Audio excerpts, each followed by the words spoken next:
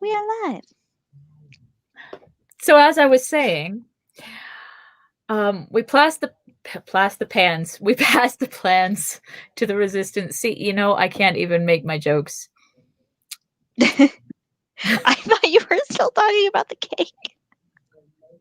I was, but I was going to say something clever, and that didn't happen. So cake, yeah, the cake didn't cake. The souffle soufflopped. The chiseling happened.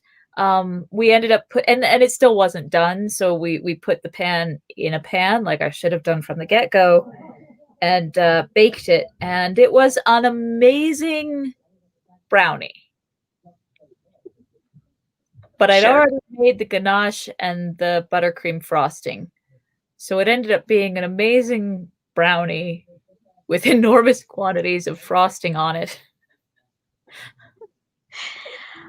I fail to see a problem.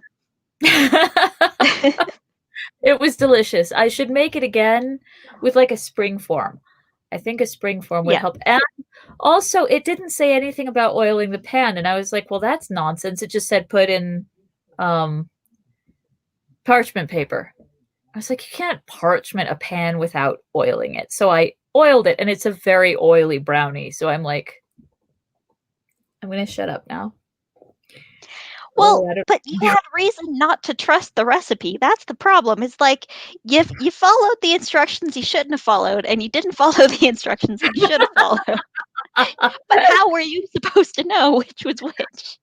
I know now. I'll write it down. I always forget.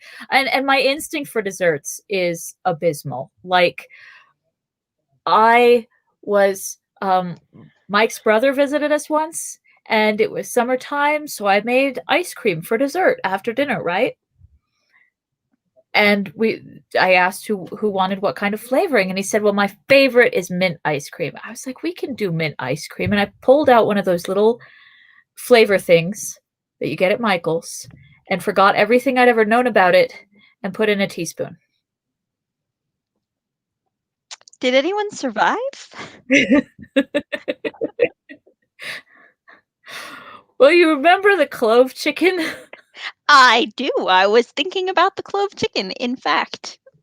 So you know how when something like that, when something goes wrong in that direction, what you do is scrape out the heap of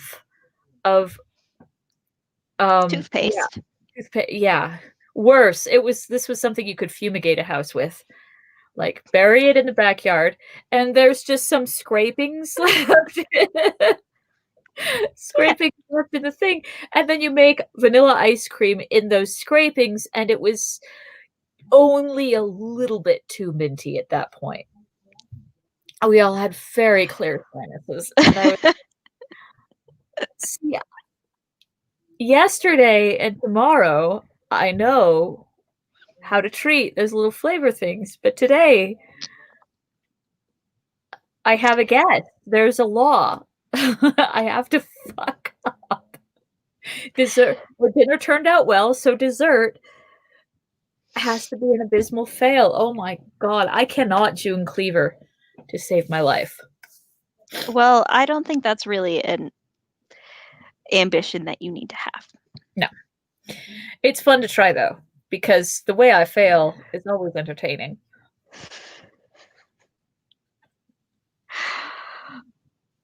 Indeed. Right.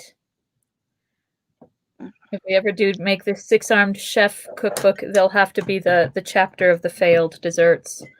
The hot llama and pavlova zilla, and what else did we have that didn't go quite right? Everything desserty? Not everything, because the walnut stuffed dates that were dipped in the orange flower water infused chocolate and then rolled in coconut, those turned out. I still long for those. I had forgotten about them until just now. Of course, I still long for a hot llama. Don't we all? When the custard doesn't set, serve it as a drink. I have never been able to get pudding or custard to set, like no matter what the hell I do. I'm getting better. I can do it if I'm cooking a Chelsea Monroe Cassell recipe. Oh, well, in that case. Text me from farm. Oh, I need to get my knitting. One moment.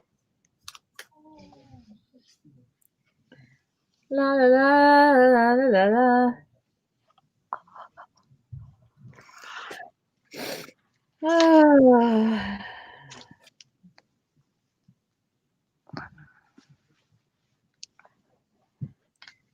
You can enter Isengard now at any rate, Strider, if you want to, but it is not a very cheerful sight. I don't think we were quite there. We weren't at the end of the chapter yet. Mm-mm. Oh no, we hadn't seen Wormtongue arrive, had we? We had not. And safer too, since Gandalf came back, I could sleep. And that was the end of it all. Thinking that was the end of it all. That was the end of it all. It was probably choking and not laughing anymore. Blah, blah, blah. The fog slowly gathered. In the evening, there was a great rainbow. Did we read about the great rainbow? We did not. Horns will help. There's a bunch of gaps towards the end of this chapter, so I'm sure we stopped at a gap. Yep, we definitely stopped at a gap.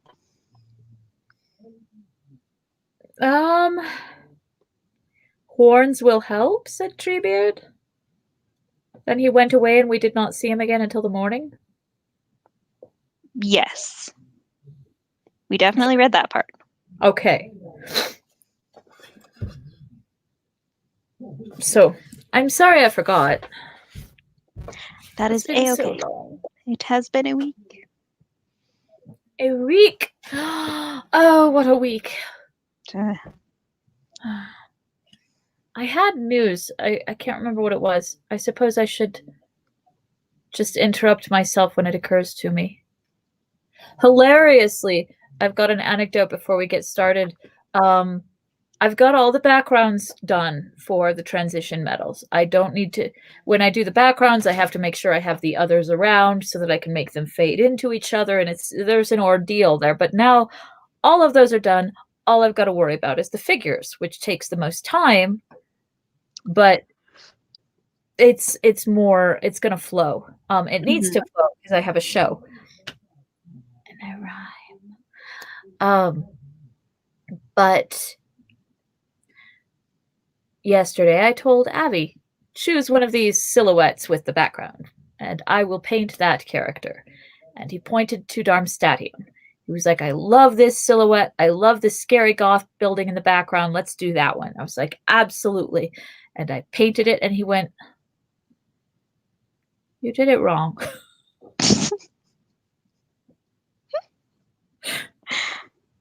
I thought he was going to be in a black coat. He looked goth. Why isn't he goth? And you were like, oh, you are certainly my child, but also I kind of want to strangle you. So he does have a point, though. I'm pretty sure that one's supposed to be cyberpunk, and I didn't quite nail the cyberpunk, so I might try and improve his opinion. But he didn't like, so the original was just standing there with his arms down, and I was like, he means experimentation. He needs to be doing something, holding a beaker, clipboard, chose a clipboard. He's like, that makes him look lame. I mean, clipboards really aren't cool. They aren't cool. Yeah, he has a point. Like this, the beaker. His idea was, well, why don't you just do like an explosion in the background? I'm like, no. So Darmstadtium went really quickly, but now I'm going to have to back up. Everyone's a critic. I know, right? But sometimes they're right. What the hell? How dare they? If he wasn't right, I would just be like, there, dear. You'll have to just learn to live with it. But when part of me is like, yeah, I had my doubts. Out of the mouths of babes. And he also There was something else Darmstadium had to do. Oh, he's going to glow, and the glow is going to obscure the building, so I need to move the building, like, up. It's a thing. I'm definitely not done. Fortunately, Darmstadt, the city, had a really cool coat of arms, which is what the mask is. So, like... Oh, is that what the mask is? Okay. Yeah. The 4 people in Europe who know that are going to be like... Everybody else can just wonder. Or watch this podcast. I have been working really hard on making the videos more interesting. So I would definitely value feedback if you want to watch any of them at all and be like, yes, this is better, this is whatever. It has been on my list to do, and then I get into YouTube at night and I'm like, I had a thing, and then I immediately fall asleep. So I don't know, because at least up until the last couple of videos, my voice is so horrific. And I explained it in a video, but I could tell you now, it's because I was recording in a closet the way you do, except it's a central closet of a large house in the middle of the night. And so I was just subconsciously keeping my voice down and like not making a ruckus. I'm sorry, I'm just picturing you. Is it like the coat closet?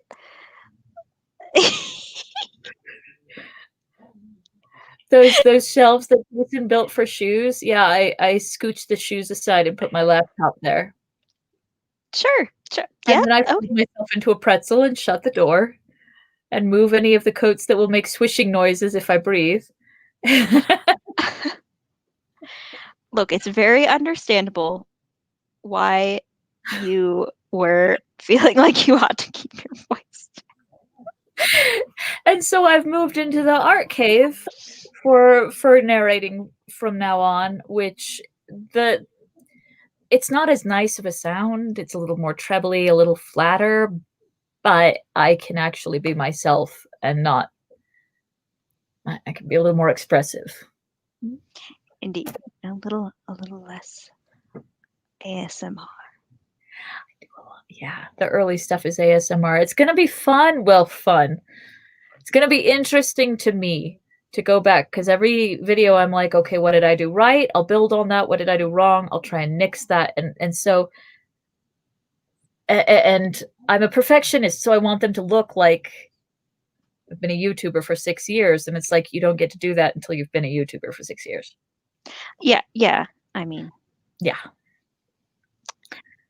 I didn't learn how to knit like this in a day. No, indeed. What are you working on now?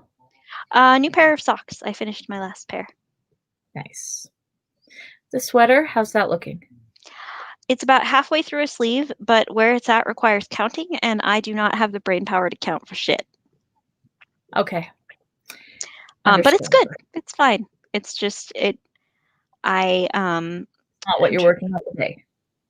It's not what I'm working on today. It's not what I've been working on. I am transitioning to a new set of tasks and whatever at work, and I ain't got the mental energy to find my way out of paperback. I hear that. That's a bitch. Yeah. Blah. Horns will help. It was deep night. We lay on top of a pile of stone and could see nothing beyond it. Mist or shadows blotted out everything like a great blanket all round us. The air seemed hot and heavy, and it was full of rustlings, creakings, and a murmur like voices passing. I think that hundreds more of the horns must have been passing by to help in the battle. Later there was a great rumble of thunder away south and flashes of lightning far away across Rohan. Every now and then we could see mountain peaks, miles and miles away, stab out suddenly black and white and then vanish. And behind us there were noises like thunder in the hills, but different. At times the whole valley echoed. It must have been about midnight when the Ents broke the dams and poured all the gathered waters through a gap in the northern wall, down into Isengard. The horn dark had passed and the thunder had rolled away.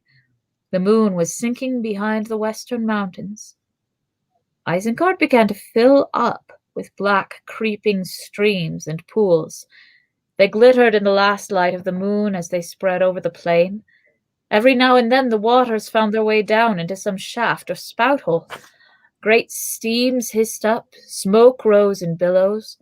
There were explosions and gusts of fire. One great coil of vapor went whirling up, twisting round and round Orthanc until it looked like a tall peak of cloud, fiery underneath and moonlit above. And still more water poured in until at last Isengard looked like a huge flat saucepan. That's what I did last time. Oh, we have read this bit before. Oh, total side note, but have you been watching Stump Sola? No, because they're long, so I need brain space to do that in, but I want to. It's very worth it. The last one was, well, I really liked Scary Candy. That one was good. They're all really good. Anyway. Sola's awesome. Sola's awesome.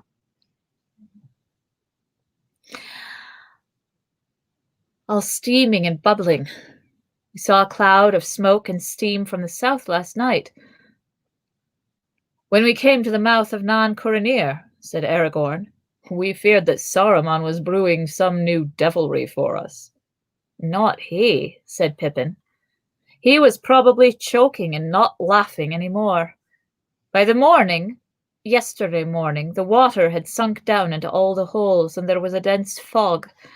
We took refuge in that guard room over there, and we had rather a fright. The lake began to overflow and pour out through the old tunnel, and the water was rapidly rising up the steps.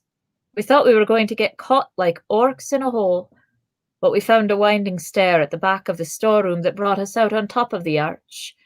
It was a squeeze to get out, as the passages had been cracked and half blocked with fallen stone near the top. There we sat, high up above the floods, and watched the drowning of Isengard. The Ents kept on pouring in more water till all the fires were quenched and every cave filled.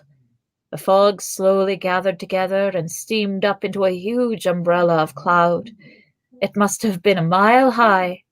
In the evening there was a great rainbow over the eastern hills, and then the sunset was blotted out by a thick drizzle on the mountainsides. It all went very quiet. A few wolves howled mournfully far away. The Ents stopped the inflow in the night and sent the Isen back into its old course. And that was the end of it all. Since then, the water has been sinking again. There must be outlets somewhere from the caves underneath, I think. If Saruman peeps out of any of his windows, it must look an untidy, dreary mess. We felt very lonely. Not even a visible Ent to talk to in all the ruin, and no news. We spent the night up on top there above the arch, and it was cold and damp, and we did not sleep. We had a feeling that anything might happen at any minute.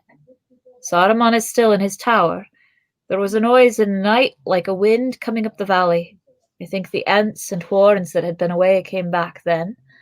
But where they have all gone to now, I don't know. It was a misty, moisty morning when we all climbed down and looked around again. And nobody was about. And that is about all there is to tell. It seems almost peaceful now after all the turmoil. And safer, too, somehow, since Gandalf came back from the dead. You know, like you do. Yeah. Hobbits are really imperturbable. Yes. Yes, that is a good way to put it. I have an important sock. We were orc dragged and threatened with torture, and our dead friend has come back to life, and food! Exactly. All right. Important question of sock-related nature. Never mind. I figured it out. Good. Thanks for your help with that. You're welcome. Anytime. Important question of non-sock-related nature is, what do you think of the hair? The two-tone? Yeah. Pink and blue? Mm-hmm. It reminds me of, who did I just see? Nerdforge. Martina, Nerdforge has long purple hair, but these days at the roots, it's half blue and half pink, and it's really cute, and it's cute short too. Thank you. And it was a Harley Quinn costume, but I also feel like I kind of look like a box of nerds. I mean, if that, I don't see that being a bad thing. No, not at all. If I thought it was a bad thing, I wouldn't say it. Nick said I looked like a shoe buffer, but I don't think Nick knows what a shoe buffer looks like. He does. He saw my hair in like darkness, shadows, and thought it was red and like dark blue. Oh, okay. Yeah, not quite. No, not. Swing and a miss. Yep. I had a sort of Portia de la Rossi hair thing going on earlier, but too many of the snippets have fallen out. So it goes. So it goes. I could sleep. They all fell silent for a while. Gimli refilled his pipe. There is one thing I wonder about, he said as he lit it with his flint and tinder. Wormtongue. You told Theoden he was with Saruman. How did he get there? Oh, yes, I forgot about him, said Pippin. He did not get here till this morning. We had just lit the fire and had some breakfast when Treebeard appeared again. We heard him hooming and calling our names outside. I have just come round to see how you are faring, my lads, he said, and to give you some news. Warrants have come back. All's well. Aye, very well indeed. He laughed and slapped his thighs. No more orcs in Isengard, no more axes. And there will be folk coming up from the south before the day is old, some that you may be glad to see. He had hardly said that when we heard the sound of hoofs on the road. We rushed out before the gates, and I stood and stared, half expecting to see Strider and Gandalf come riding up at the head of an army. But out of the mist there rode a man on an old, tired horse, and he looked a queer, twisted sort of creature himself. There was no one else. When he came out of the mist and suddenly saw all the ruin and wreckage in front of him, he sat and gaped, and his face went almost green. He was so bewildered that he did not seem to notice us at first. When he did, he gave a cry and tried to turn his horse around and ride off. But Treebeard took 3 strides, put out a long arm, and lifted him out of the saddle. His horse bolted in terror, and he grovelled on the ground. He said he was Grima, friend and counsellor of the king, and had been sent with important messages from Theoden to Saruman. No one else would dare to ride through the open land so full of foul orcs, he said. So I was sent, and I have had a perilous journey, and I am hungry and weary. I fled far north out of my way, pursued by wolves. I caught the sidelong look he gave to Treebeard, and I said to myself, liar.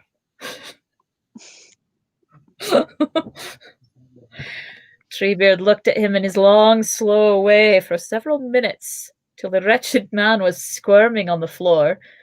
Then at last he said, I was expecting you, Master Wormtongue. The man started at that name.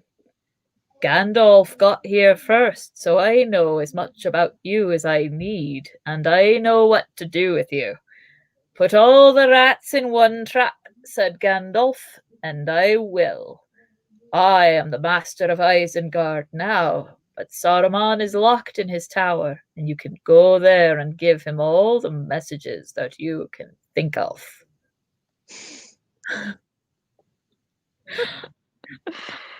Let me go, said Wormtongue.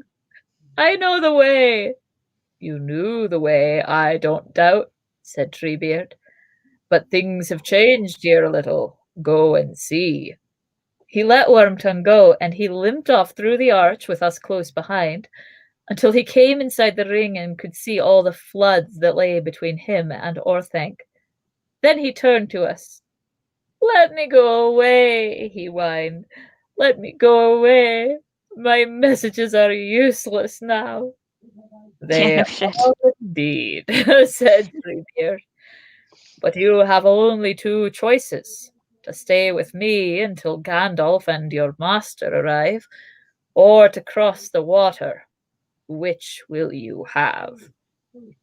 The man shivered at the mention of his master and put a foot into the water, but he drew back.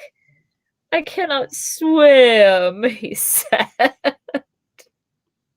Sorry, I'm having it up. It didn't work having up, damn it. Just a very, very Wormtongue moment there. I can't swim. Yeah, okay. The water is not deep, said Treebeard. It is dirty, but that will not harm you, Master Wormtongue. In you go now. With that, the wretch floundered off into the flood. It rose up nearly to his neck before he got too far away for me to see him. The last I saw of him was clinging to some old barrel or piece of wood. But Treebeard waded after him and watched his progress. Well, he has gone in, he said when he returned. I saw him crawling up the steps like a draggled rat. There is someone in the tower still. A hand came out and pulled him in.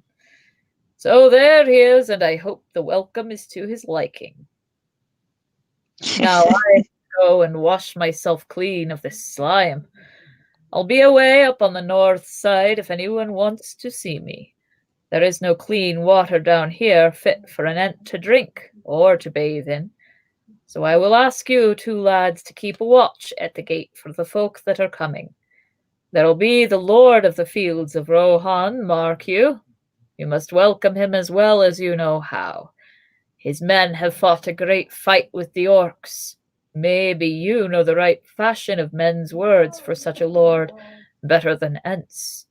There have been many lords in the green fields in my time, and I have never learned their speech or their names. Mayflies. They will be I didn't bother. Right. They will be wanting man food, and you know all about that, I guess. So find what you think is fit for a king to eat, if you can. And that is the end of the story.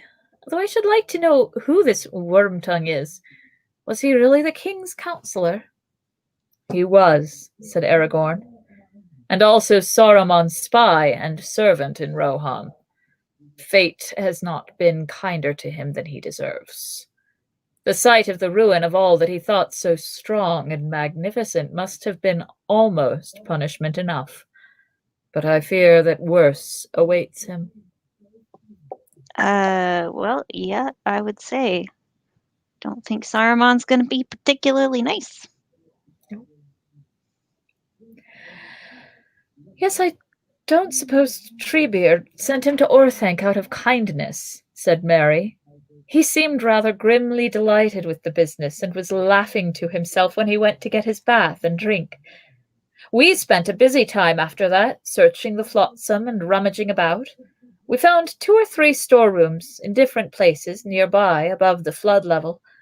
But Treebeard sent some ents down, and they carried off a great deal of the stuff. We want man food for 25, the ents said, so you can see that somebody had counted your company carefully before you arrived. You 3 were evidently meant to go with the great people, but you would not have fared any better. We kept as good as we sent, I promise you. Better because we sent no drink. What about drink? I said to the Ents. There is water of Isen, they said, and that is good enough for Ents and men. But I hope that the Ents may have found time to brew some of their draughts from the mountain springs, and we shall see Gandalf's beard curling when he returns. After the Ents had gone, we felt tired and hungry, but we did not grumble. Our labors had been well rewarded. It was through our search for man food that Pippin discovered the prize of all the flotsam, those hornblower barrels. Pipeweed is better after food, said Pippin. That is how the situation arose. We understand it all perfectly now, said Gimli.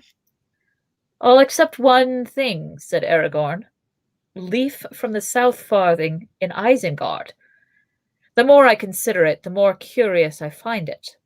I have never been in Isengard, but I have journeyed in this land, and I know well the empty countries that lie between Rohan and the Shire. Neither goods nor folk have passed that way for many a long year, not openly. Saruman had secret dealings with someone in the Shire, I guess. Worm-tongues may be found in other houses than King Theoden's. Was there a date on the barrels? Yes, said Pippin. It was the 1417 crop, that is last year's. No, the year before, of course, now. A good year. Ah, well. That's not the point, Pippin. Right. It was a good year. Yeah. Great year for treason. Good. Cool. Great. Oh, well, whatever evil was afoot is over now, I hope. Or else it is beyond our reach at present, said Aragorn. Yet I think I shall mention it to Gandalf, small matter though it may seem among his great affairs. I wonder what he is doing, said Merry. The afternoon is getting on. Let us go and look round. You can enter Isengard now, at any rate, Strider, if you want to, but it is not a very cheerful sight. Chapter 10! Chapter 10. Of Saruman. By the way, I have switched to this yarn. That's so fucking rad. It's gonna be great. The Frank feet. Yeah. So they never really explicitly say this, but the way Saruman talks to Gandalf, especially towards the end of Return of the King, makes me think that what he's got going on is like some serious middle child syndrome. Gandalf is Galadriel's favorite. Galadriel called the Istari. She created the White Council. She wanted Gandalf to lead it, but Gandalf was like, no, I'll take second billing. I'm okay with that. And Saruman's never forgotten that Mama likes Gandalf better. Well, I would imagine for a person like Saruman, it's also very hard to know that the only reason you are the leader of the wise is because someone else didn't want to be. Yeah. Like, that would be sort of intolerable for you to just have been given that job by someone who didn't want it. Right. And so the clearly he smokes. Like he smoked weed from the South Farthing. And I have to wonder if that was because that was his last ditch effort to be more like Big Brother. To be more possible. like, or to get into his head, like the one person I can't manipulate. I really need to. I picture it more as he went into the area to, like, get the hobbits to become traders and whatever. And they offered him a pipe, and he didn't want to turn it down because he didn't want to seem suspicious. And then he got addicted to it. And he's always resented that fact because, of course, he can't smoke it without thinking of Gandalf. I don't think he was addicted. Although if he was Nick fitting during the end of this book, that would explain a lot. I'm just saying. I think he was trying to turn himself into Gandalf. He became, or better, like Gandalf 2.0. He wanted to be Saruman Ringmaker because he might have found out that Gandalf is a ring bearer. And remember, when we first meet him, he's like, Saruman of many colors, Saruman Ringmaker. So he's trying to turn himself into something he's not. He wants to be Gandalf crossed with Sauron. Yeah. Yeah. He wants to be the king of the wise. Exactly. I don't know if he's hooked, though. I think he would have kept the pipe weed closer if it was his addiction. I think if he's storing it in the outbuildings, it's just something that he keeps trying to do. Because we only hear Saruman Ringmaker once. He never brings up the ring again. Clearly, he failed to make any kind of magic ring. So it was just one of his many abortive attempts to become something not himself. What a miserable guy. Kind of sounds like a 14-year-old when you put it that way. Well, it's not a phase, okay? I really am a ringmaker, and I smoke now. So, Saruman of many colors. You can't call me white. Yeah. Let me name any more, Mom.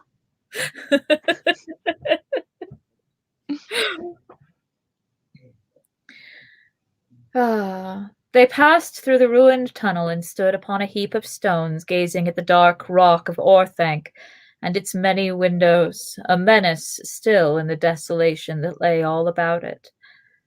The waters had now nearly all subsided. Here and there gloomy pools remained, covered with scum and wreckage. But most of the wide circle was bare again, a wilderness of slime and tumbled rock, pitted with blackened holes and dotted with posts and pillars, leaning drunkenly this way and that. At the rim of the shattered bowl there lay vast mounds and slopes like the shingles cast up by a great storm, and beyond them the green and tangled valley ran up into the long ravine between the dark arms of the mountains. Across the waste they saw riders picking their way. They were coming from the north side, and already they were drawing near to Orthanc. "There is Gandalf, and Theoden and his men," said Legolas. "Let us go and meet them." "Walk warily," said Merry. "There are loose slabs that may tilt up and throw you down into a pit if you don't take care." Thank you. Right? Also, how do you know that? He watched it happen. You know it. You know that they were watching, like, the last few servants walking along, and one of them went, ah! Should we do something? Nah. Should we do something? Well, I can't swim. Can you swim? Nah. Nah. Not in this water. Do you have a rope? No, I have a turkey leg. All right. Too bad for him. If you throw that turkey leg after him, you shall not deserve the name of Took.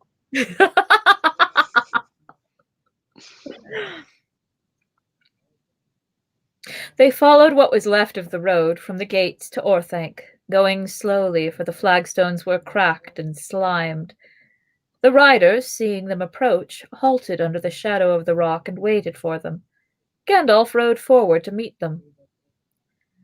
"Well, Treebeard and I have had some interesting discussions and made a few plans," he said, "and we have all had some much-needed rest. Now we must be going on again. I hope your companions have all rested too and refreshed yourselves." "We have," said Merry, "but our discussions began and ended in smoke. Still we feel less ill-disposed towards Saruman than we did." "Do you indeed?" said Gandalf. "Well, I do not." Right? "I have now a last task to do before I go. I must pay Saruman a farewell visit. Dangerous and probably useless, but it must be done. Those of you who wish may come with me. but beware, and do not jest. This is not the time for it. I will come, said Gimli. I wish to see him and learn if he really looks like you. And how will you learn that, Master Dwarf? Said Gandalf. Saruman could look like me in your eyes if it suited his purpose with you. And are you yet wise enough to detect all his counterfeits? Jesus, negging on the dwarf again. He nags on everyone. Right? But particularly the short ones. I feel like he's got some kind of reverse Napoleon thing going on. Shut up, short people. I know you're all cooler than me. Short people got no reason. And you're how tall? You. Me? You. 5'6".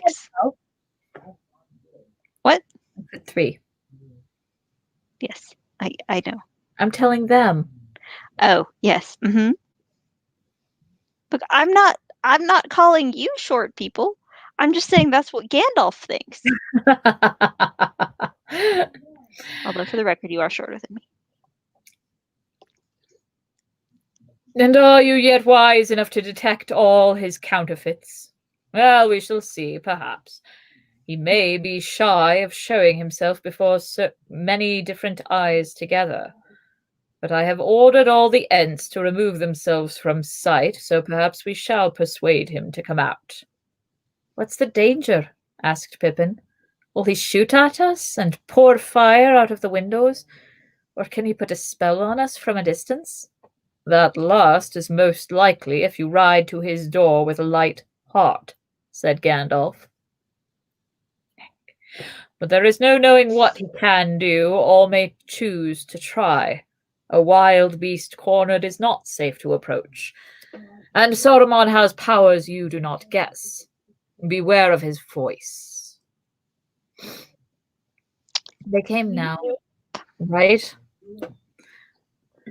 They came now to the foot of Orthanc. It was black, and the rock gleamed as if it were wet.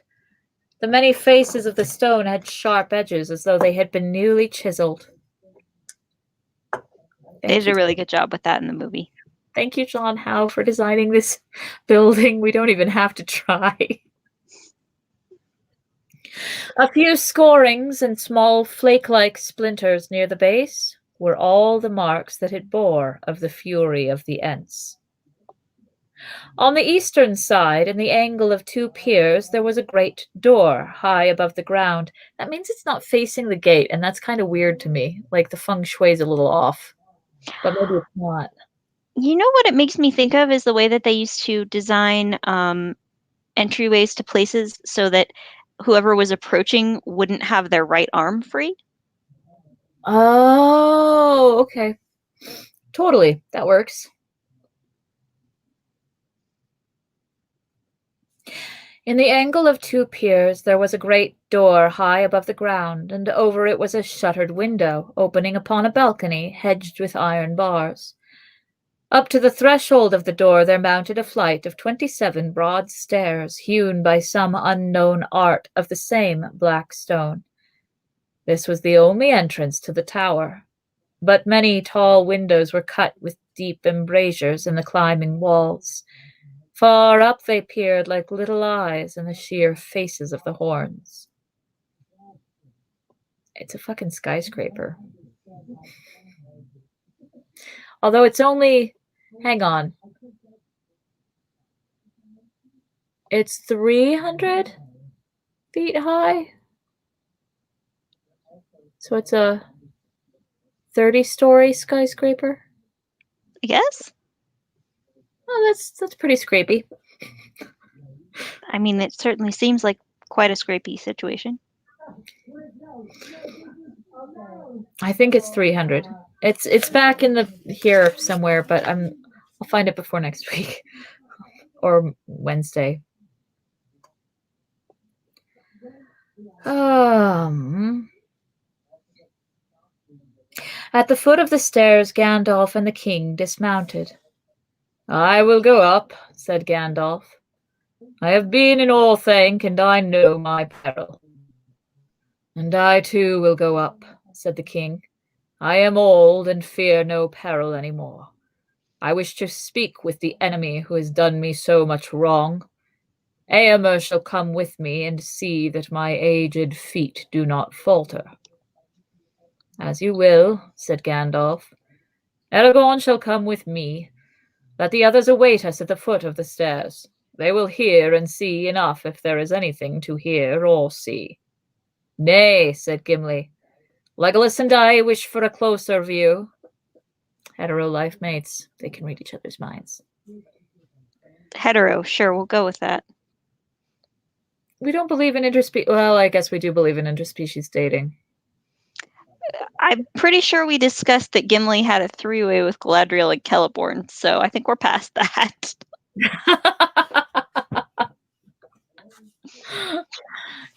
Okay. Just because the interspecies love story in the Hobbit movies was an abomination doesn't mean that Legolas and Gimli can't be soulmates. That's true. I feel, though, that the relationship is platonic, but they do read each other's minds. I mean, they could have a more physical one, but I feel like maybe they're platonic life mates. That is a perfectly valid headcanon. I don't agree with it, but it's perfectly valid. You're probably right. I mean, I guess we'll find out in the new Amazon series, right? Jesus. Everyone's getting naked. No one wanted that. No one wanted that. Amazon. You don't understand Tolkien heads. It sucks. It's like the fucking Watch. Like, if you don't understand the fan base, if you don't understand the material, keep your filthy paws off of it. Like, but have you considered money? Oh, right. I just watched Twilight. The Twilight pitch meeting. Oh God. The most recent one was the final movies. And yeah, every time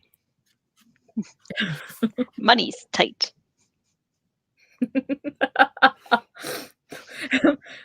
Even the producer was like, he raises the child and then hooks up with it. No. No. And the other guy's like, but money, sir. He's like, oh, yeah, that's that stuff I like. Yeah, yep, mm-hmm. That's how it goes. Okay. By the end of the pitch, he's like, money.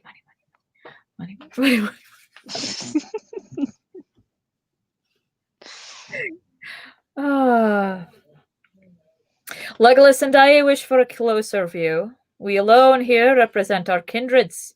We also will come behind. Come then, said Gandalf, and with that he climbed the steps, and Theoden was beside him. Went beside him. Dear God, I can read. The riders of Rohan sat uneasily upon their horses on either side of the stair and looked up darkly at the great tower, fearing what might befall their lord. Merry and Pippin sat on the bottom step, feeling both unimportant and unsafe.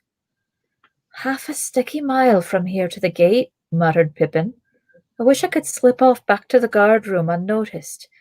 What did we come for? We are not wanted. Gandalf stood before the door of Orthanc and beat on it with his staff. It rang with a hollow sound. Saruman! Saruman! He cried in a loud, commanding voice. Saruman, come forth! For some time there was no answer. At last the window above the door was unbarred, but no figure could be seen at its dark opening. Who is it? Said a voice. What do you wish? Theoden started. I know that voice, he said, and I curse the day when I first listened to it. Go and fetch Saruman, since you have become his footman, Grima Wormtongue, said Gandalf, and do not waste our time. The window closed. They waited. Suddenly another voice spoke, low and melodious, its very sound an enchantment. Those who listened unwarily to that voice could seldom report the words that they heard, and if they did, they wondered, for little power remained in them. Mostly they remembered only that it was a delight to hear the voice speaking. All that it said seemed wise and reasonable, and desire awoke in them by swift agreement to seem wise themselves. When others spoke, they seemed harsh and uncouth by contrast, and if they gainsaid the voice, anger was kindled in the hearts of those under the spell. For some the spell lasted only while the voice spoke to them, and while it spoke to another, they smiled, as men do who see through a juggler's trick, while others gape at it. For many, the sound of the voice alone was enough to hold them enthralled, but for those whom it conquered, the spell endured when they were far away, and ever they heard that soft voice whispering and urging them. But none were unmoved, none rejected its pleas and its commands without an effort of mind and will, so long as its master had control of it. Well, it said now with gentle question, why must you disturb my rest? Will you give me no peace at all by night or day? Its tone was that of a kindly heart aggrieved by injuries undeserved. They looked up, astonished, for they had heard no sound of his coming, and they saw a figure standing at the rail looking down upon them, an old man swathed in a great cloak, the color of which was not easy to tell, for it changed if they moved their eyes or if he stirred. His face was long, with a high forehead. He had deep, darkling eyes, hard to fathom, though the look that they now bore was grave and benevolent, and a little weary. His hair and beard were white, but strands of black still showed about his lips and ears. It's Christopher Lee.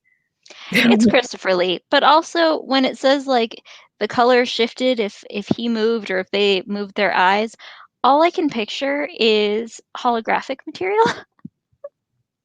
Chameleon fabric, yeah, but like disco, like the really bright stuff. Why they didn't put that in the movie? It would just—it's good to read because it adds to his like crazy. But holy shit, would it look like German Sparkle Party if you tried to film it? Bang, bang, bang. Yeah, is this the party? Is this the thank? Yes, I wore my party cloak. Did you wear your party cloak? Rubber boots and party cloak.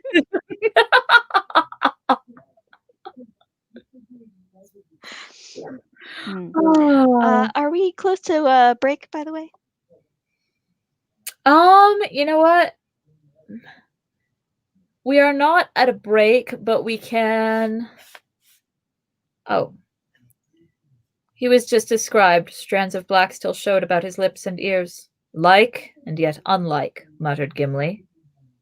And then there's more of him talking, and you can read that on Wednesday. But we'll have to remember that it's like right there. I will remember party cloak. I'm fairly sure I'll remember that. Also, speaking of things that are party. Ooh, I love it. It party is so socks. Did you wear your party socks? Did you bring your party ox? Ox? It doesn't work. It almost worked. It worked in my head. Sparkle party, sparkle party. Oh, goodness. We showed that to Jessica one day, and she was like... I showed that to some of my coworkers, and one of them got really obsessed with it, and I had to be like, okay, you have to stop playing that at work. Like, I know I showed you at work, but I didn't expect you to start playing it, like, on repeat. Yeah, no. German sparkle party in moderation. Yeah. Okay, I'm going to go to sleep. Good night. Gute Nacht. Schlaft gut. Yeah. Oh, before you go, did I tell you? I didn't tell you. I learned things about Tove Jansson. Jansson? I don't know how it's pronounced. Jansson. Jansson. She, there was, I read these articles that were like queer community articles, and it's known that she was a lesbian, well, bi, but when she found her soulmate that she spent 50 years living with, it was a woman. And there's all these other things like Thingamy and Bob were their original names, their original Finnish names were her nicknames for herself and her lover at the time, who was a woman. It was not Vivian, Vivica.